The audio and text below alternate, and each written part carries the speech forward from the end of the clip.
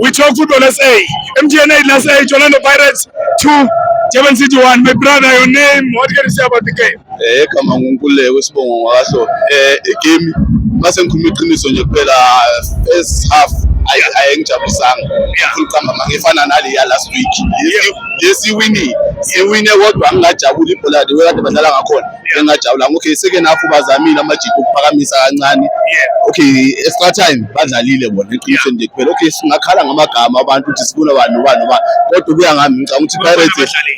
badlalile basazodlala yiyo le Pirates le esifunayo vele ngikuwina kodwa hayi ngokudlala like first half base ngikhuluma iqiniso bingekho right for mina nale ya game edlulile lesifune ngothunile nayo bingekho right kodwa ngicabanga ukuthi mebe lokho coach ngathi angabafaka kancane labafana angabafaki bonke ngesikhathi esi1 like uthola ukuthi mhlawumbe sama player kamasha awu5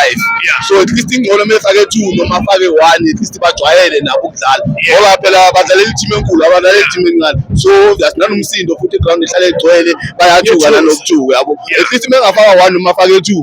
and then afake le scheme salase ngoba ischeme asikakashini separate yebo umuntu ohambile kade edlala isikhathi esithi umuntu oyi1 umfuthi nguye nje kuphela umuntu kade ehlale edlala so kuhamba umuntu oyi1 so at least naye mengafaka umdlalo oyi1 and then mhlambe ke seke nafa zama ufaka omunye kodwa isisu sethu sisase right okwamanje noma ngingamkhalela umakhehleti ubali kodwa isisu sase right